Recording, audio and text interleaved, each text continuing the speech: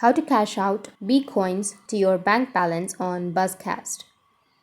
So if you want to cash out Bcoins to your bank balance on BuzzCast, then what you need to do is first make sure that you have an internet connection. After that, you need to open up your BuzzCast. After opening, now you need to go with the profile which is on the bottom right, and from the profile here you will have an option of wallet. So you need to tap on the wallet section, which is on the first. Tap on wallet, and on your wallet on the top right you will have income option. So you just need to simply tap on the income section. Once you tap on it, here you will have your monthly income or monthly outcome. So if you go with the income section, then if you have any income, then you will have an option of cash out. So you just need to simply tap on cash out under your income, but make sure you're under Bcoins on your wallet. So go with the Bcoins section, and under Bcoins here you will have cash out option. So you need to tap on cash out. And in my case, I don't have any balance right now, but if you have any balance on your Bcoin, then you'll be able to cash out your Bcoin.